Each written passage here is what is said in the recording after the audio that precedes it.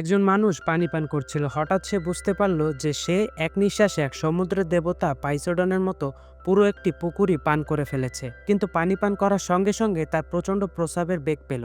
সে তড়িঘড়ি পাহাড়ের চূড়ায় দৌড়ে গেল, প্যান্ট নামালো আর ছাড়তেই কাছে দাঁড়িয়ে থাকা এক বৃদ্ধ মানুষটা অবাক হয়ে তাকিয়ে রইল।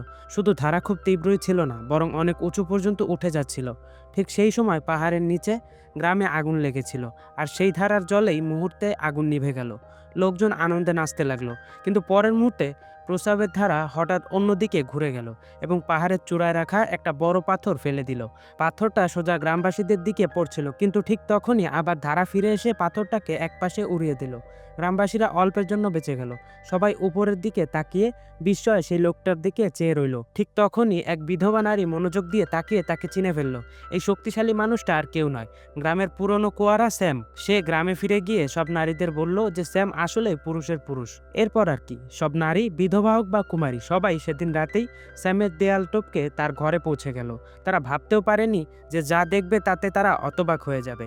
স্যাম তার সেই শক্তিশালী ধারাটা দিয়ে ব্যাডমিন্টনের মতো কিছু একটা খেলছিল। স্যাম ঘুরতেই সে অজান্তেই নিজের আসল রূপ দেখিয়ে ফেলল। নারীরা ভয়ে পিছিয়ে গেল, যেন কোনো ভয়ঙ্কর জন্তুকে তারা দেখেছে। কিন্তু ঘটনাটা এখানেই থামেনি, আর সেই খবর সারা গ্রামে ছড়িয়ে পড়ল। সব নারী, 60 বছরের দাদি থেকে শুরু করে বিয়ের বয়সী মেয়েরা পর্যন্ত নিজ নিজ পণ নিয়ে স্যামের সঙ্গে বিয়ে করতে রাজি হলো। কেউ নাচ দেখালো, কেউ গান গাইলো। স্যামের বাড়ির উঠান যেন মেলায় পরিণত হলো। পরের সকালে স্যাম উঠে দেখলো তার উঠান পণ আর উপহারে ভরে আছে। আর কয়েক মাসের মধ্যে গ্রামের সব নারীরা স্যামের সন্তানের জন্ম দিতে লাগলো। প্রতিটি সন্তান এত শক্তিশালী ছিল যে মানুষ ভয় পেতে শুরু করলো। সত্যি, স্যাম তখন আর শুধু একজন মানুষ রইল না, সে হয়ে গেল গ্রামের এক জীবন্ত কিংবদন্তি। তো এরপর কি হবে জানতে হলে ভিডিওতে লাইক করে চ্যানেলটি সাবস্ক্রাইব করুন।